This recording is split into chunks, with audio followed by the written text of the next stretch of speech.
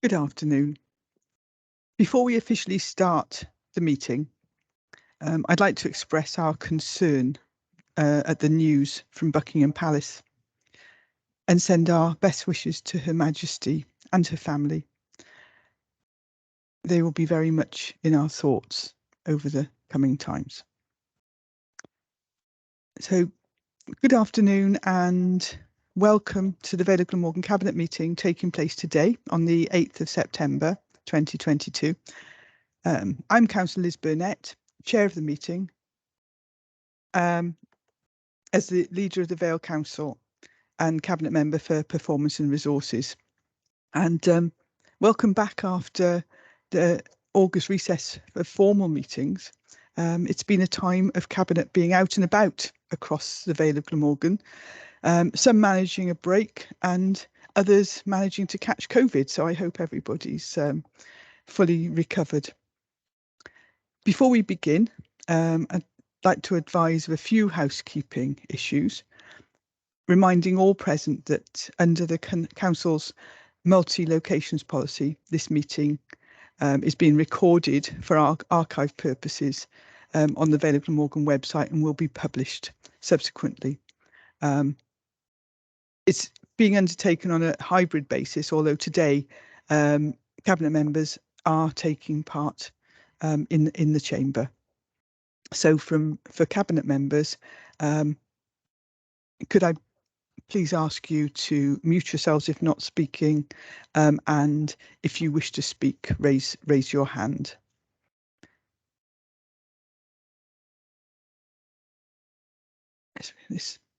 With regarding to voting on recommendations, if there is no dissent to a recommendation, I'll accept the silence as agreement. So I haven't seen any dissent on that, so we'll go with that. So moving on to agenda item 1, apologies for absence. The only apology I have today is Councillor Brooks, who's unable to join us, but otherwise I can see that everyone is here. On to the minutes of the meeting held on the 21st of July. I actually need to make a slight amendment to that. In the recommendations, which were agenda item 2 on that meeting, just double checking, in relation to the capital monitoring report, the recommendation stated that the report would be referred to Corporate Performance and Resources Scrutiny Committee. This actually was superfluous, as the report was actually considered by Corporate Performance and Resources on the 13th of July, so it had already gone there. So if we can agree those minutes, subject to it being noted that with reference to the capital monitoring report, the Scrutiny Committee Corporate Performance and Resources had itself considered the report at its meeting on the 13th of July, recommending that the contents be noted.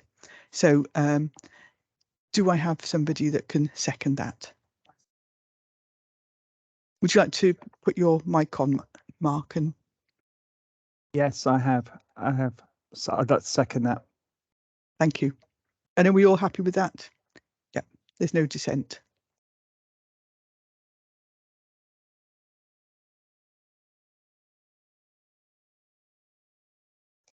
I was muted. Agenda item 3, do we have any declarations of interest today? I'm looking around, I can see none.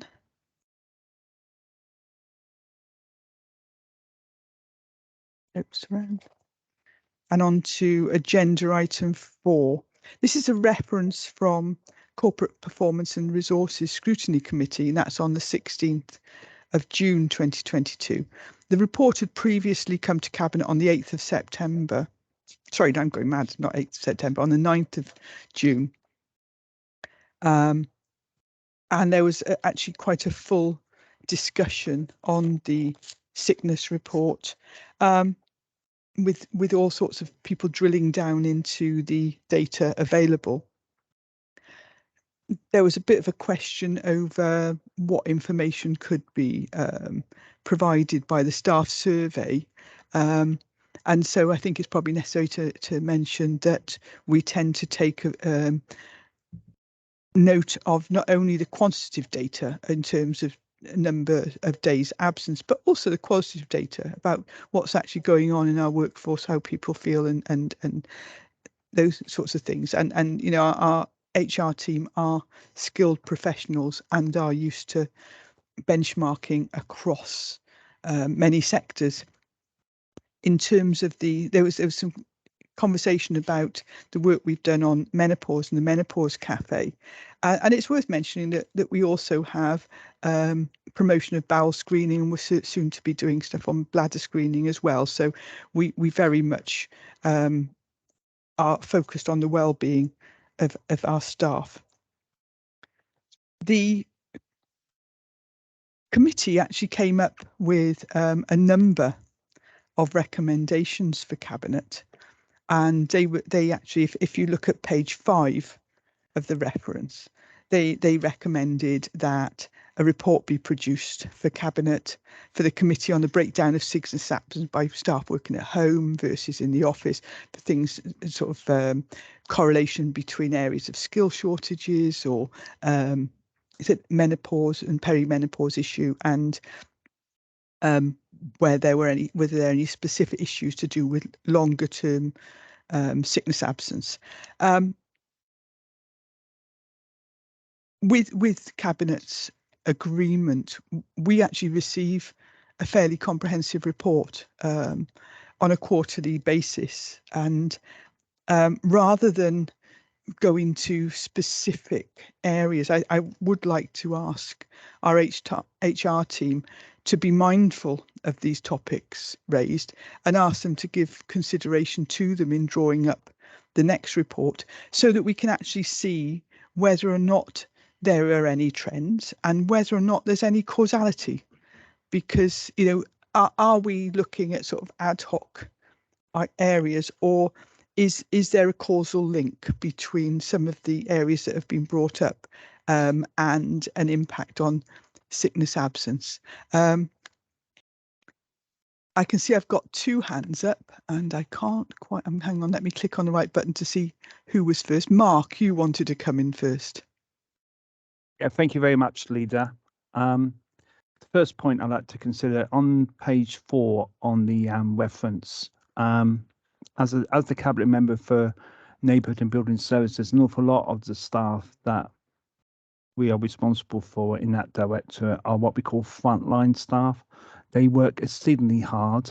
They do a lot of physical work, and you know, it's sometimes inevitable they will suffer some musculoskeletal issues. And I'm also aware that the department does an awful lot of work to make sure that that is reduced as much as possible, like making sure they go on relevant courses, they have relevant training.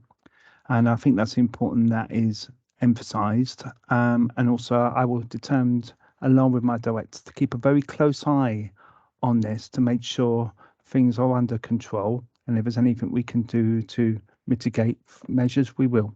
Thank you. Super. And then Eddie, you wanted to come in. Thank you, Leader. Yeah, in response to this report, my initial response, I was a bit concerned. Well, I thank the scrutiny for actually examining the reports, because it's quite important that we do. I was just a bit concerned that sometimes the solution is let's have some more reports. So I would concur with your suggestion that the you know, HR and the teams, they already look at quite a considerable number of criteria and metrics. So if we could adapt it to include these, then that would be great. But I'd be reluctant for us to start generating another raft of reports when we've already, as you indicated, we've got a regular reporting system. So if we can adjust to include these, then I would concur with that. And on the basis of your suggestion, I'm happy to, if not move it, second the report. Super, thank you. So if I move that we note and that we ask HR to be mindful of those recommendations when looking at their next report. And Eddie, you're happy to second that. Super. Apologies, I'm juggling an awful lot of stuff on the desk in front of me, so I'm working through it. Agenda item 5, a very weighty report, and with all sorts of really interesting information, which is a reference from Governance and Audit Committee on the 11th of July 2022, and that was the Corporate Risk Register Q4 update. And what they were actually saying at that, and as it was a very interesting meeting to watch and listen to the discussion, and the mixture of independent members and members of the council made for a very detailed and insightful conversation. In effect, we have 18 corporate risks, and during Q4 period, 12 scored as a high risk, 6 were medium high, and 10 risk scored medium. And if you want to have a look at those, if you look at page 11 to, trying to find it, page 11 to 13 on the report, you will find that not only is there a list of all the different risks and their descriptions, but on page 13 there's actually an overall risk heat map which says, which are the highest and why. And the very high ones are the demand management and service capacity, which we've discussed frequently, and also the market fragility. And these are quite relevant. There was also discussion with the Director of Corporate Resources about how we're keen to explore the usefulness of the register, and in effect how we can make it not only relevant but also accessible to people, because as I said, it is quite a weighty tome. In the detailed discussion that went on, the committee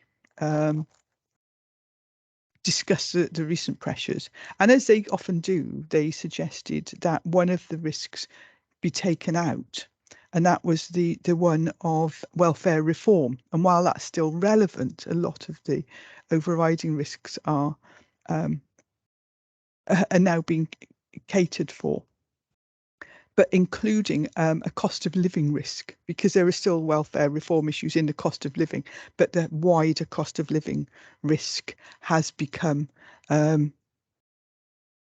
pretty well overwhelming for most individuals and organisations in our communities.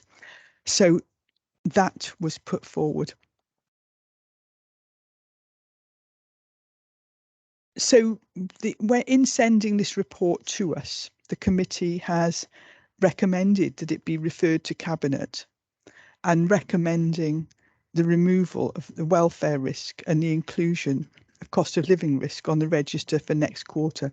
And I don't see any reason whatsoever why we would not confer with that. I'd be very happy to support that. So if we note this reference, and we agree the removal of the welfare risk and the inclusion of cost of living risk on the register for the next quarter. Is that suitable? Yes, that's suitable words. We're okay on that. Is everybody happy? Is there a seconder? Comment as well, Leader. In fact, I have 2 people wanting to comment. So yes, before I go further, Mark, if you want, you're first. Yeah, thank you very much. And I'd like to concur what you just said. I remember some time ago, I was chair of the Task and Finish group on welfare reform, and we put lots of measures in place at the time, including enhancing discretionary housing payments, which are basically payments made to people who find it difficult to pay their rent. And we still do that.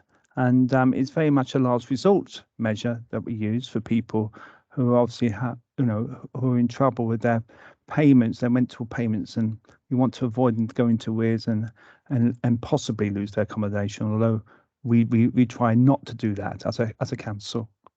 But again, I agree. The integration of welfare reform into the cost of living is very important. I think what we need to keep though is a watching brief to see if welfare reform needs to be adjusted, that we make sure that we give people's payments. And I know we've got an excellent team of people working on housing benefit and on the Exchequer department. That really helps people out. And I think that is very important that we do keep a watching brief on this. But obviously, we do live in challenging times at the moment. Thanks, Mark. And Eddie. Thanks, Leader. I just concur with yes. For me, the report's, like you say, surprisingly interesting when you talk about governance, but it puts a picture, doesn't it? Those heat maps in particular, and when you see items 17 and 18 talking about capacity and market fragility and aspirations, all those just in themselves is quite a challenge for this council, recognizing that we're not the only ones that can solve that. But the fact that we recognise it shows that we're going to at least deal with it. And I concur with your suggestion and second it. Thank you. Yeah, I have to add actually that in such, normally we have the risk register, but particularly in such challenging times, that it's actually reassuring that we have such an expert committee that is looking at all these risks, and we have this level of advice as well. So yes, thank you to them on our behalf. Agenda item 6 is our final reference for today, and that was a call-in on the cabinet report that came to us originally, and it was called in. It's the award of contracts for supported local bus services, and that was called into the Environment and Regeneration Scrutiny Committee, 12th of July. It was the original cabinet report was talking about how the council supports bus services that aren't economically viable. Most bus services are economically viable in the Vale of Glamorgan, but there are certain ones, and they tend to be extremely important in supporting either vulnerable groups or people needing to get to work or travel at off-peak hours, times when those services aren't viable. And in the scrutiny committee, after quite a detailed discussion, noted the contents of the report and that the resolutions of cabinet be accepted. So they were in agreement, and they advised of the view that there was a need for more promotion and awareness raising of the supported local bus services. Well, the council does publish timetables and promote local bus services through the main council communication channels, and also a specific Vale of Glamorgan Council transport social media stream. So after that discussion, I think that it's just for us to note that, if anyone would like to second that. I can see Eddie's hand up, but I can see everybody in agreement, so that's great. Then we have a report of a meeting on agenda item 7. That's Cardiff Capital Region Cabinet from the 27th of June 2022. And after the elections and the changes in councils right across Wales, the Cardiff Capital Region had a lot of new members, and this is basically the report, the external minutes of their first meeting. I'm absolutely delighted to have been appointed as holding the portfolio for shared prosperity in place in that cabinet. So there will be more minutes of those meetings to come, and also because other cabinet members also have remits to work in regional bodies related to their own portfolios, we will doubtless have the minutes and reports from those meetings as well. So on that, I would move that we note. And Margaret's seconding and everybody's nodding, so that's great.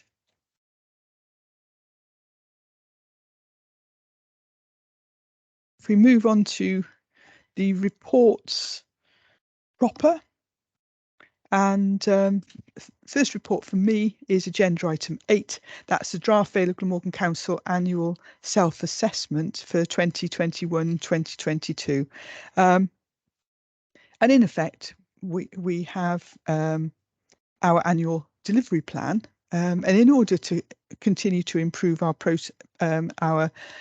service and progress, that we need to actually double check where we are with it and have we achieved what we set out to achieve. This is part of that process. Appendix A is the draft Vale of Glamorgan annual self-assessment report, and that is before us today, before being sent to scrutiny committees, who will discuss it and send their thoughts and views back to us for a more complete discussion. It will also be sorry, it won't come back to us. It will go to the Governance and Audit Committee, and it will be presented for endorsement by full council. So it will go, can I just check that, Matt? Yes. So it goes to everybody and then it comes back to us. It goes to full council for endorsement.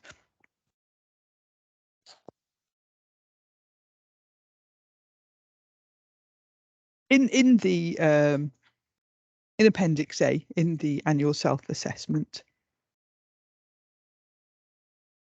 it states, I mean, we believe that based on our review of last year's performance, on balance, we've met our annual delivery plan commitments for 2021-22.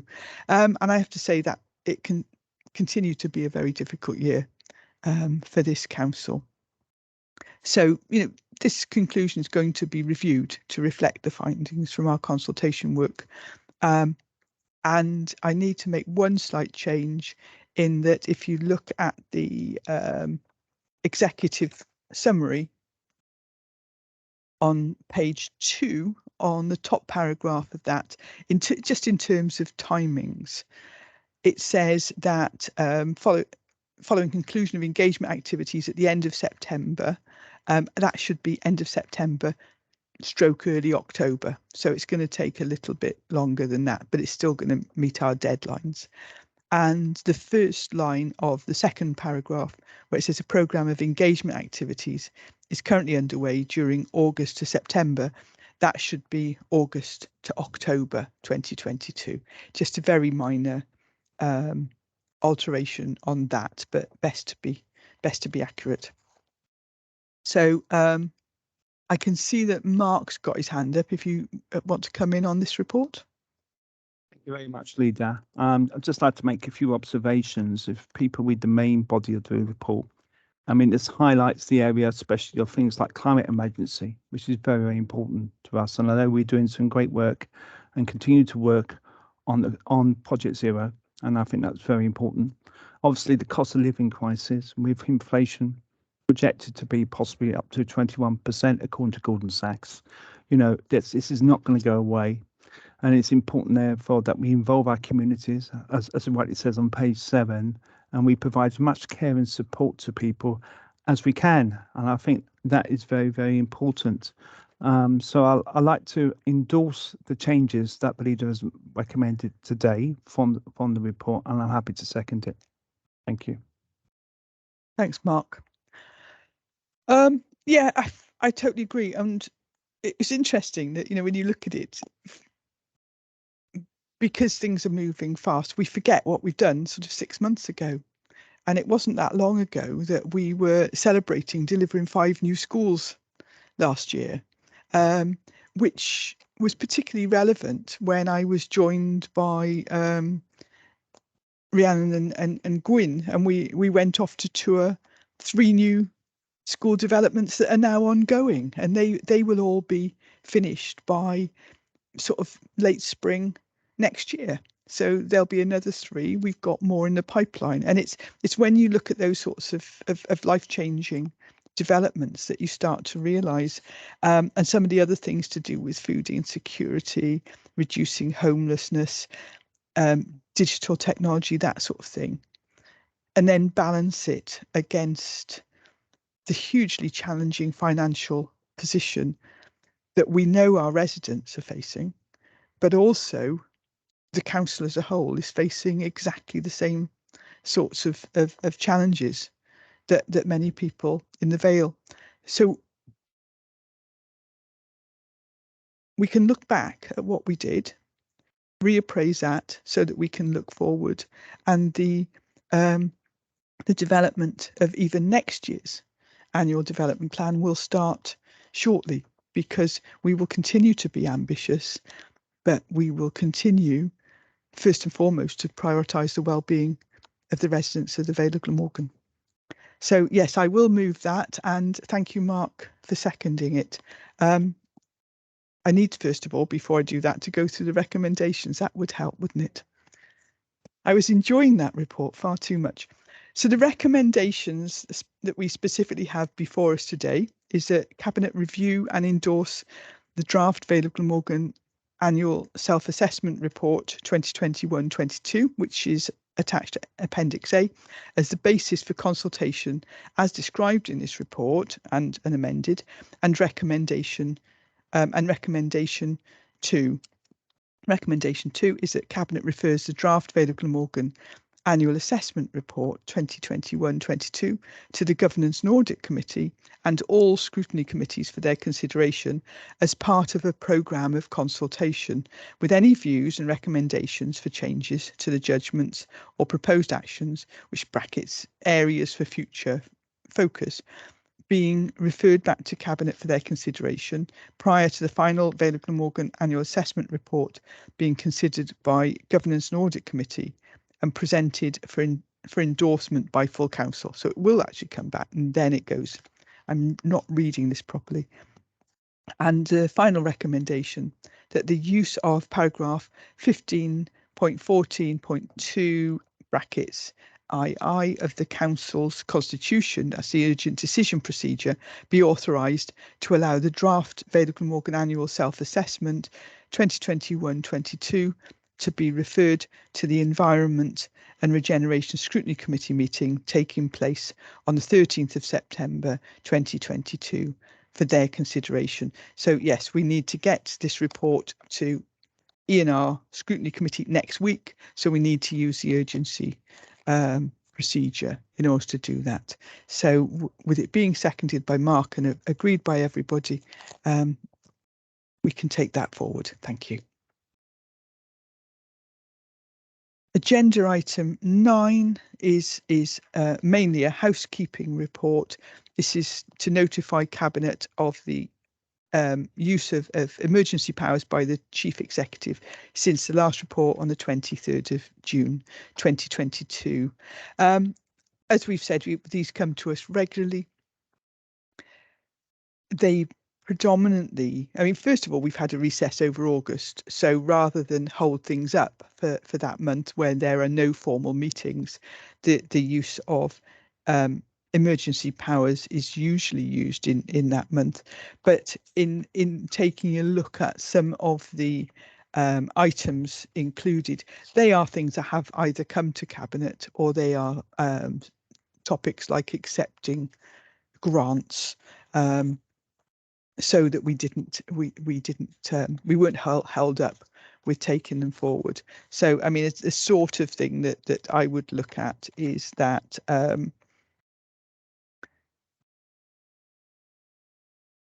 there's one that I was particularly looking at was transport grants. We've had quite sizable active travel and road safety grants, and obviously the teams want to get to work on those.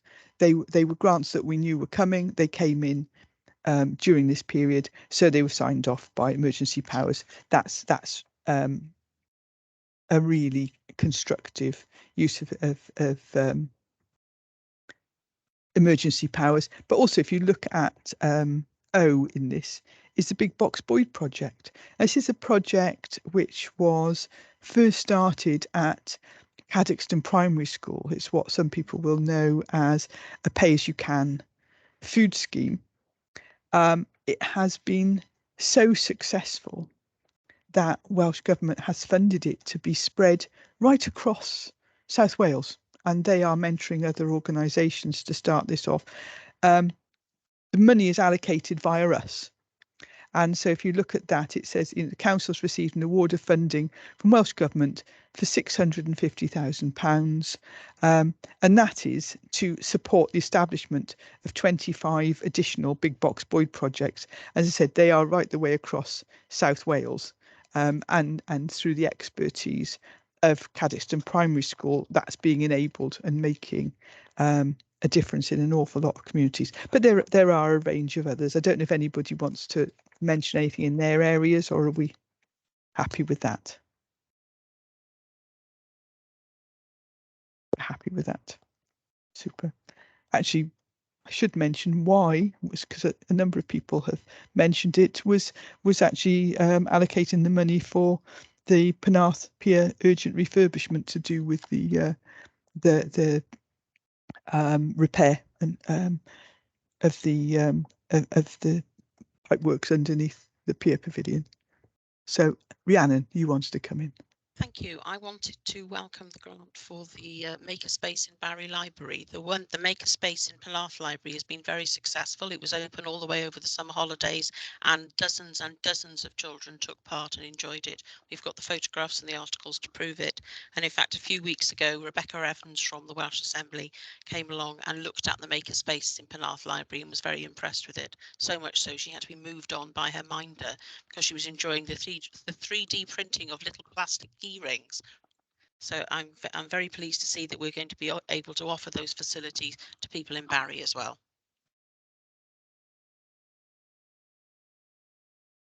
Super. So for us, it's a very simple recommendation. It's just to that the use of the Chief Executive's emergency powers be noted. So I'll move that. If anyone would like to second, Eddie, you've got your finger up first, and everybody else is happy with that. That's good. So that's my section for now. So moving on, we've got reports of the Cabinet Member for Education, Arts and Welsh Language.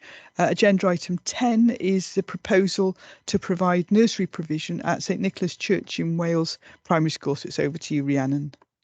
Thank you.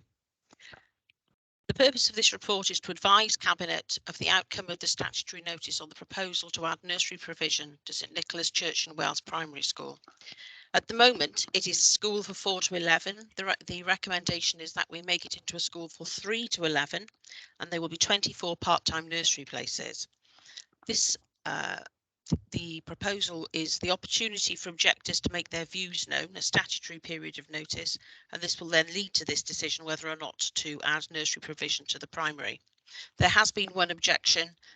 He has written directly to Welsh Government worried about costs, but I think we all accept that the last few months have meant that costs for everything have escalated and may continue to do so, and we will just have to accept that in our planning. The development will be dependent on necessary funding being approved by Welsh Government. We're hoping 65% from Band B of the Welsh Assembly 21st Schools programme and other money from 106 monies.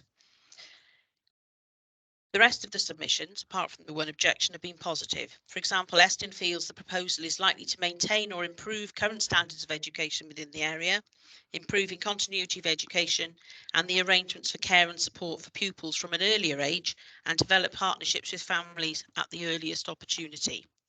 So, moving to the recommendations, consider the findings of the objection report on the proposal. Subject to consideration of above, that we approve implementation of the proposal to add nursery provision by changing the lowest age range of pupils at St Nicholas Church in Wales Primary School from 4 to 3 to include these 24 part-time nursery places, and that we note that the major investment towards a new school building set out in the proposal is subject to the necessary funding being approved by Welsh Government. Can I ask for people's support for those recommendations, please? Thank you. Well, I'm very happy to second those recommendations. And have we got support from Cabinet? Yes, everybody's in full support. Thank you. Thank you. So moving on to your second report, that's agenda item 11, Vale of Glamorgan Council's draft Welsh in Education strategic plan, which is easier to call it a WESP, Yes. for 2022-2032. Thank you.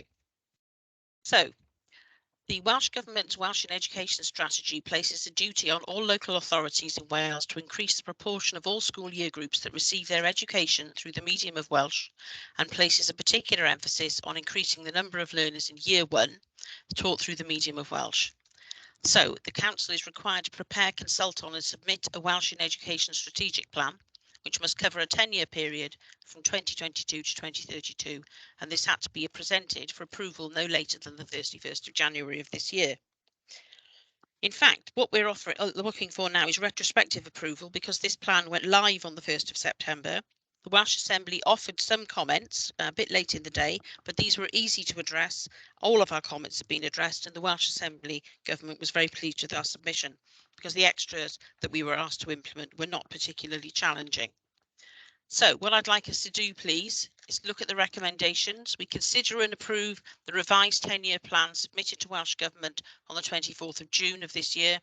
It was submitted on the basis that Cabinet approval had not been given due to the timescales involved, and with the proviso that any amendments made by Cabinet would be submitted for consideration by Welsh Government. Obviously, that has already been carried out. So can I ask for your support for that recommendation, please? Happy to second that. And yes, Cabinet are all showing their approval.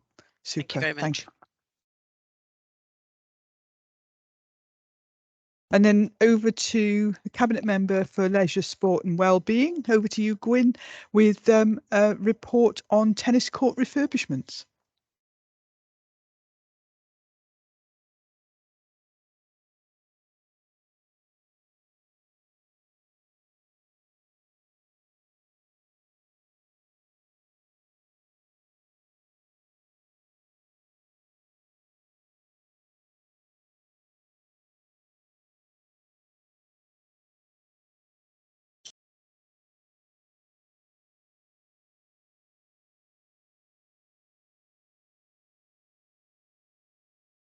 Actually, Gwyn, I don't think it's still on. Could you try again?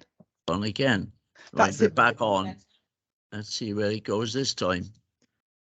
Right, the purpose of the report is to approve a programme of improvements in partnership with Tennis Wales to various council-owned tennis courts.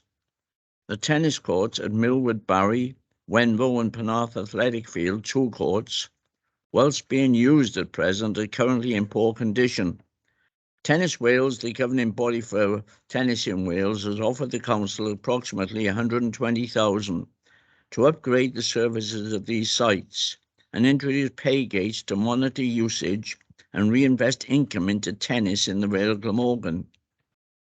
Following completion of works, the sites at Millwood Barry and Wenvo would be managed and maintained by Tennis Wales via a 7-year lease, as has recently been agreed, and completed at Romley Park tennis courts in Barry, which are absolutely in superb condition.